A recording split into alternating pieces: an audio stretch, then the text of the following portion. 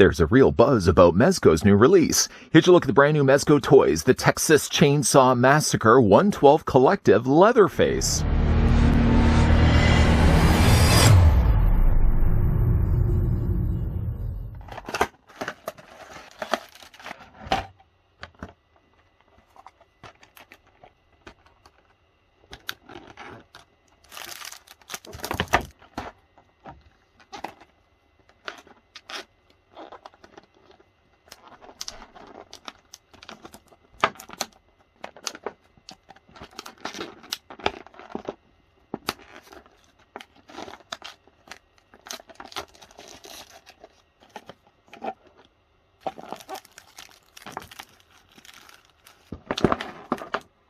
One of the first and most influential killers of the horror genre, Leatherface joins the 112 Collective fully loaded with every dreadful weapon he wielded in the cult classic horror The Texas Chainsaw Massacre, including, of course, his infamous chainsaw. The 112 Collective Leatherface comes complete with 3 equally gruesome head portraits, including the infamous pretty woman and old lady masks as seen in the film. He's outfitted with short-sleeved collared shirt and tie, pants, bracelet on his wrists, slacks, and cowboy boots. Also is included a removable suit jacket that Leatherface can wear in his pretty woman mask, and an additional removable apron that he can wear in his old lady mask. Leatherface packs a nightmarish arsenal, including a chainsaw with revving sound, 2 add-on blood spatter effects, a mallet with add-on blood splatter effects, a cleaver, a bone knife, and a bucket.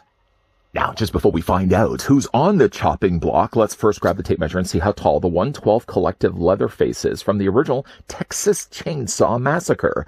And of course, I will be bringing in a couple of other horror 112 Collective figures we've looked at in earlier reviews. But in the meantime, though, Leatherface, in this case, stands 6 1/4 inches in height, or the figure is going to be 16 centimeters tall. As promsies, let's bring in the other 112 Collective figures we've looked at recently here. I guess the most recent one would be the Michael Myers from Halloween 2. I don't know if I would say proportionately wise, they're about the same size. I feel like Leatherface would be a tad bit taller than Dick Warlock's Michael Myers from Halloween 2, but I digress. Here's another figure also we can also bring in as well. Here's what he looks like with the Robert Englund Freddy Krueger.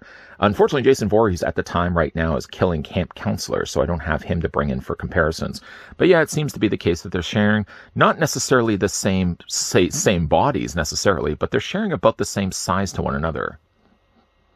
Some other samesies you'll also see here with Leatherface is the fact that the figure comes included with not maybe the same print on the top, but the same circular display stand that comes always included with these 112 Collective figures. The shape doesn't tend to change, but of course, obviously what will be changed on the front will be the image, and this is, of course, pulling it from the original 74 classic, The Texas Chainsaw Massacre, America's most bizarre and brutal crimes. ... There's, of course, a little standing option peg right there. You simply just take yourself your Leatherface, take any one of the holes, provided you only have 2 to work with, and then simply just attach the figure onto the display stand. I feel like in a case like this, Leatherface would be, of course, one figure that I would be more leaning to the idea of displaying him just standing on the stand. Again, I don't think it's necessarily crucial to have included, say, the adjustable neck. That's good for flight-bound figures, not necessarily someone like Leatherface. Leatherface is only usually just running around with chainsaw waving above his head. I can't ever really see the figure being, airbound, unless he's just maybe leaping up in the air, but I'm sure he would have to stop and catch his breath.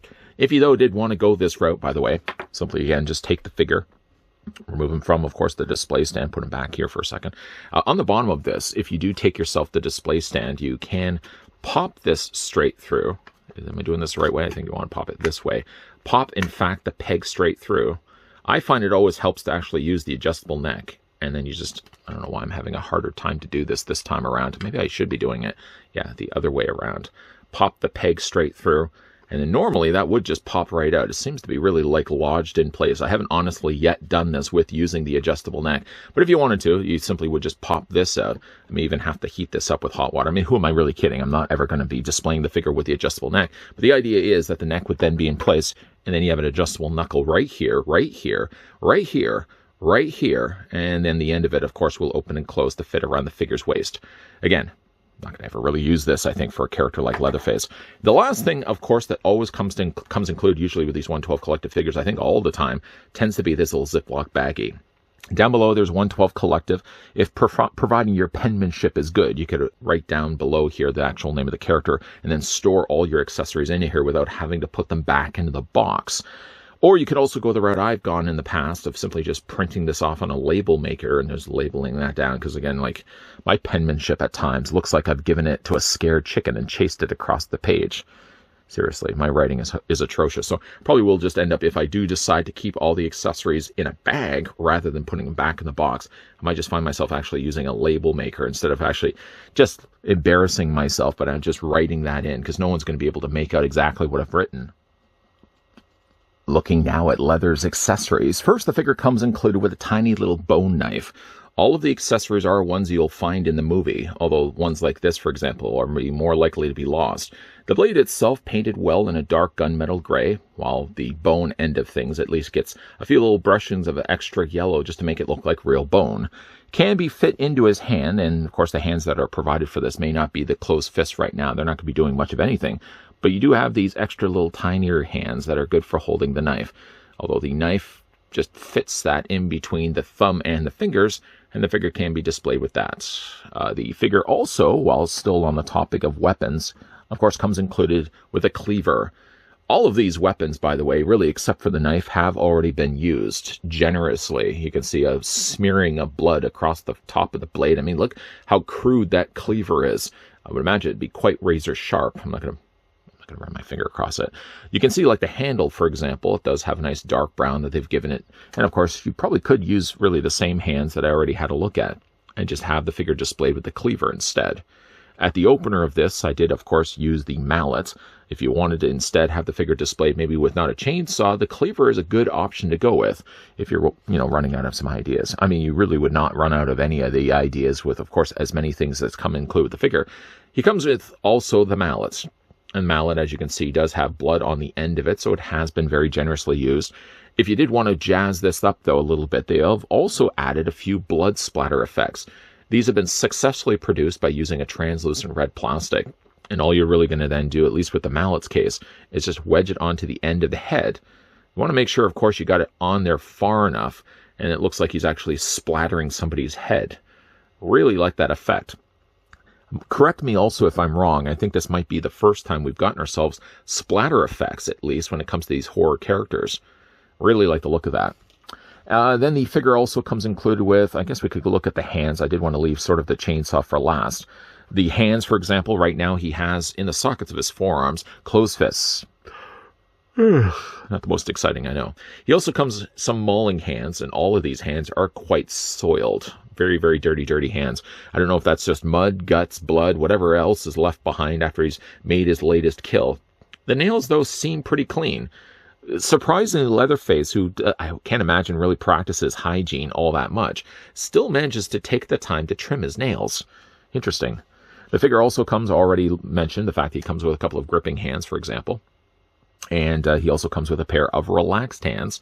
So there's actually quite a lot of hands that go around, and a couple of different gripping hands of various sizes. So, of course, to accommodate any which way that you want to have the figure displayed. One as side note, I certainly would also like to mention, too, is like if, for example, you had yourself the Dick Warlock Michael Myers, and you found that his hands weren't nearly dirty enough, because Karen needs to be, Nurse Karen that is, needs to be kissing some really dirty hands. What you could, in theory, do is also remove these hands from Michael Myers. Just detach them from the provided pegs. And find a hand, obviously you can't use the big mauling hands, but if you wanted to use, for example, these hands, you could use these as well. Now, already admitting the fact that these hands are going to be a little bit bigger than the ones we got provided with Michael Myers, but hey, you know what? If you didn't want to use, I mean, you're not going to be able to use all the hands with Leatherface. He doesn't have multiple arms. But yeah, share that wealth around. Give the dirtier hand to Michael Myers. Again, if you wanted to have the figure look like that, like he did in the movie. Just before we do actually jump over to anything else, I wanted to pop the hand back in. Yeah, the hand, though, I did want to show you, is going to be a little bit smaller, but I think it's still buyable enough that you could swap this out if you wanted to. Okay, let's move Michael Myers back out of the way. Then the figure, like I said, does come included with his chainsaw. The neat thing about the chainsaw is it does actually rev up. I don't have to make the boom, boom, boom, boom, boom, boom, boom, boom, boom. It's not going to, I don't have to do that. It will do those sounds itself. All you literally have to do when you first take this out is you have to take the blade and you have to remove it. Now, the blade attaches in two places. You have to kind of wiggle it back and forth, first of all. I want to be careful while I'm doing this too, because I've already taken the liberty of adding the batteries. I want to make sure the batteries don't pop back out. The batteries, luckily, you'll be happy to know, have already been included by the folks over at Mezco. What you'll need for these are LR41s. You get 2 of them, and of course you just insert them into the tops. When you are then putting this back in place, you want to kind of make sure that you tuck this in like this, and then there's a little clip on the end of it, and just fit that back into place. Snap everything shut. And then there's a button just on the bottom here that when you press it, mind you, it's a little quieter to hear, but it does actually make the sound of a chainsaw. For a second, as I try not to talk over it, for a second I could swear I hear screaming in the background, but it might just be my ears playing tricks on me. But again, like, you press this little button here on the side.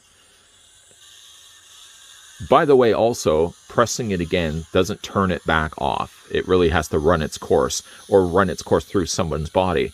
Again, while it's revving away, you can see that there's a lot of blood here on the teeth of the chainsaw. And there's actually some nice blood splattered across the front of it as well.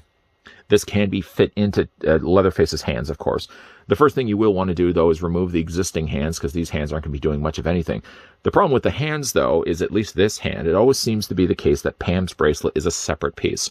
So while you are removing at least this hand, you'll want to make sure, of course, that Pam's bracelet doesn't fall off in the process. Then you'll take a hand of a suitable grip, just plug that back into the provided peg, and they'll do the exact same thing on the other side. We'll just remove that, and then replace it with, of course, the hand that we need for the job. Thumbsies will always go in, whether he's a chainsaw-wielding maniac or not. The only thing, unfortunately, about these hands being as dirty as they are is draws more attention to the fact that the arms seem pretty clean. I wish they had actually dirtied up the hands a little bit more than what they did. Then, of course, you can take yourself the chainsaw, making sure, of course, that the hands, you want to pry them a little bit away from themselves. Pry the hands, fingers at least, away from the palm, and then you're just going to fit the handle of the chainsaw in there. This is always something that's very difficult to do, especially if you're doing this in front of a camera. Now, one thing you can also do as well is take the hand off, attach it then onto the chainsaw, and then pop it back onto the peg. And the whole time, of course, doing this, you want to make sure that you're not inadvertently removing Pam's bracelet. And, of course, you're just going to simply rinse and repeat and get the other hand on the other side. We'll come back to, though, that in a moment, because, of course, there's a lot more to cover off here. So I really like the idea that they included actual revving sounds to Leatherface's chainsaw. I think that's a really neat touch. While we're also certainly on the topic of chainsaws, the figure also comes included with a couple of blood splatter effects, specifically for the chainsaw. Now, there's one that looks like Itare has made an entry wound, and then there's this one that looks like he's sort of waving it away from his victim, and the blood is sort of splattering a wave behind it. What you'll do then in this case, you're just going to simply take the chainsaw. There isn't necessarily, I mean, it's listed in the instructions exactly how you feed it, but you can kind of figure it out for yourself. There's sort of a groove on the bottom of it, and you're going to line it up against the chainsaw teeth, and you're just going to wedge it in place, and it sort of gives you this effect, which is, for me, the way I'm going to be displaying it. If you, though, wanted to display the other one, we're just going to take this off right now. I would, as a side note, while I'm doing this, I'd like to see them also release more of these blood splatter effects, because I think they would be really fun to include with the other figures, like the other 112 collectives. These are the ones that, of course, this one looks like it's been making impact. It's currently burrowing itself into somebody's skin. The neat thing also about these, in some ways, you can also take yourself some of the earlier 112 collective figures, and like, for example, here's Freddy Krueger. You could take, in theory, the little blood splatter effect that we just finished having a look at. It's really not intended for this, of course, so obviously anybody will just tell me, like, it's not really meant for this. But if you did want to, I had it facing the wrong way. If you wanted to, you could attach it technically onto the blades, and it looks like Freddy Krueger is also cutting up somebody as well. I know it's not really supposed to be meant for Freddy Krueger, but you could also technically do that also with Michael Myers and his knife as well. So I really do like these effects. Didn't mean to startle you. These effects are really fun. Love to see them do more of these, or even just a standalone accessory pack of just many of these and have them displayed with the figures. Moving everything then away, then we'll have a look at all the rest of the things that come included with Leatherface. Now, he has 3 different ways, 3 configurations, if you will, of how you want to display the figure. The default, picking up him as he is right now, gives us, of course, the more classic-looking mask that we see mostly at the beginning of the movie. I mean, there's nothing really I would have changed to the mask at all. I think Mezco's done a fantastic job. It's really hard to kind of make out his eyes. They're really pushed far back in there in the mask. You can certainly make out, though, the way they've sculpted the lips and teeth as well. The teeth actually are quite yellow. The mask itself also has the stitching on the sides, the threading of the way he's sewn the mask pieces together.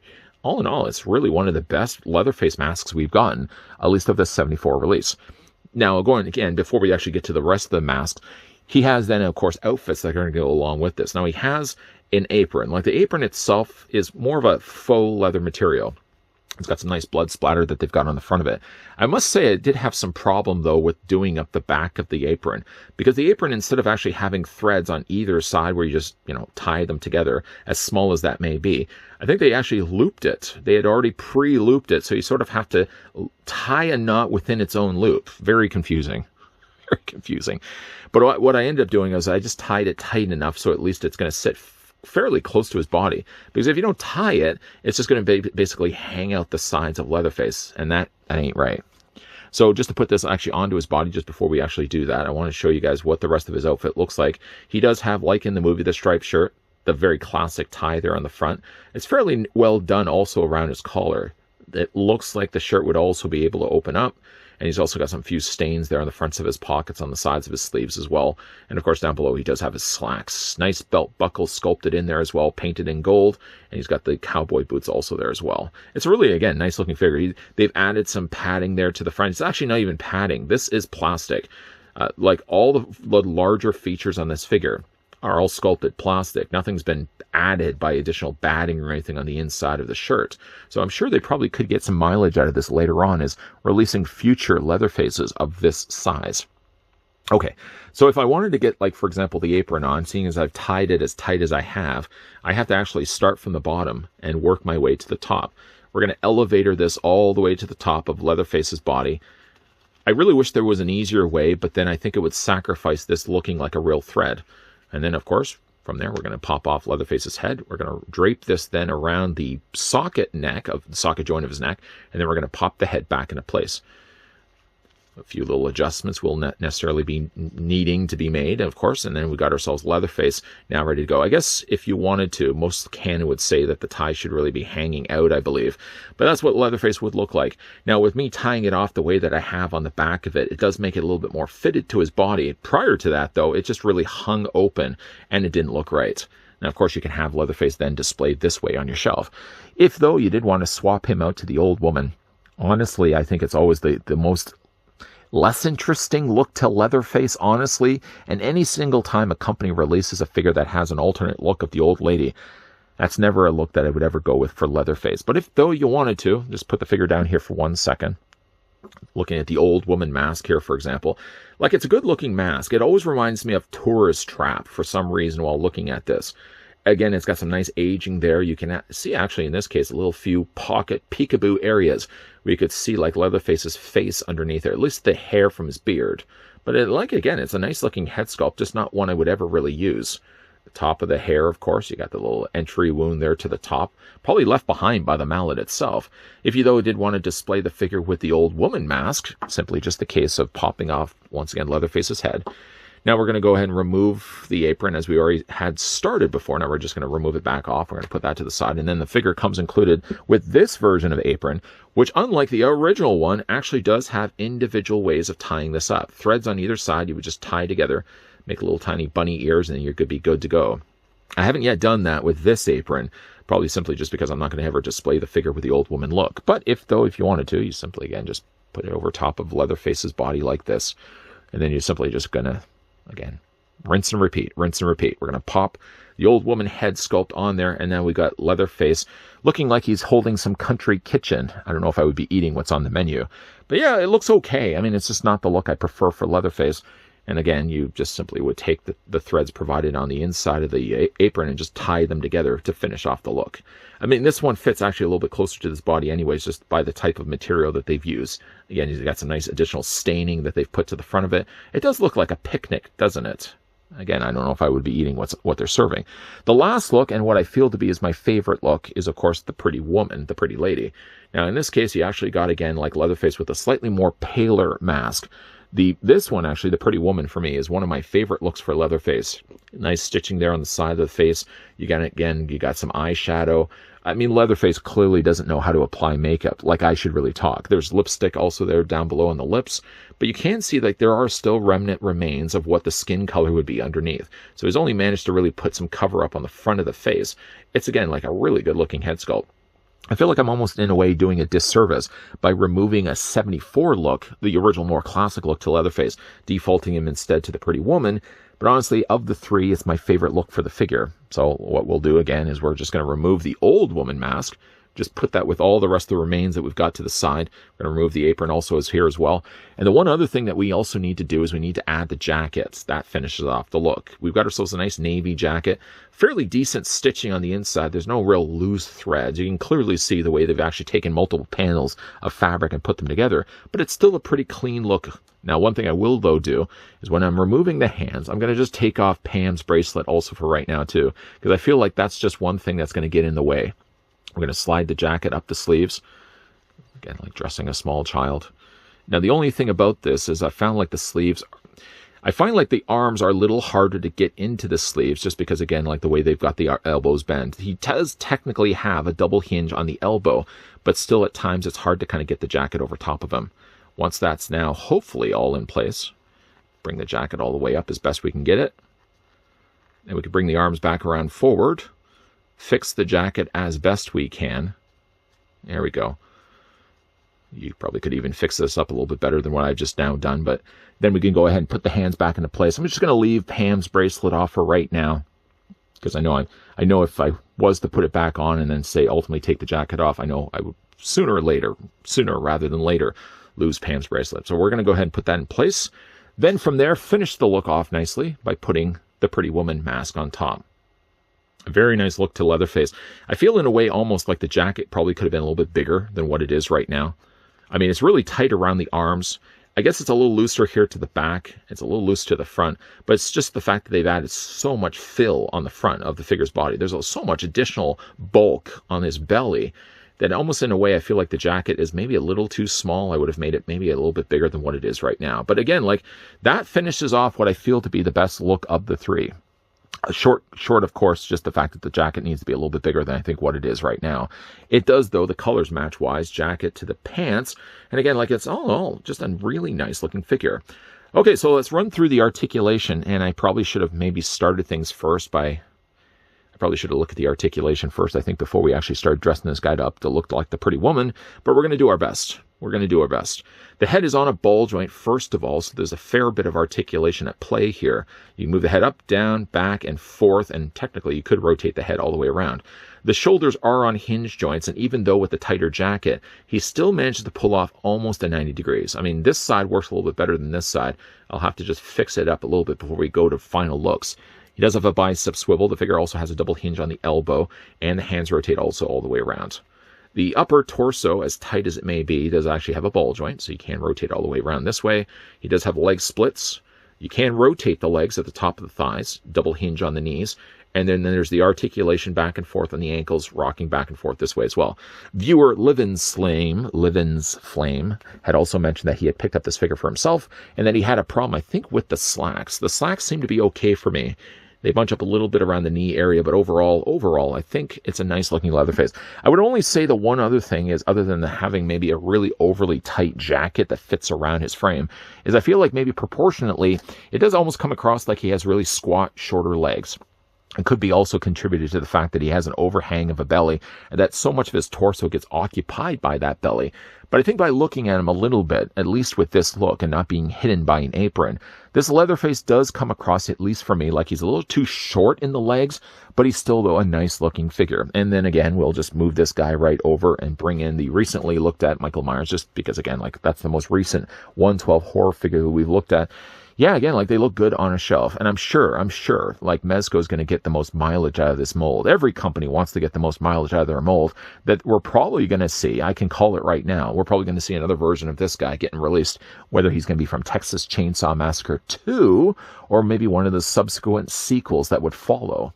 Looking at all the things that I did for Leatherface, somehow I overlooked the fact that the figure came included with a bucket.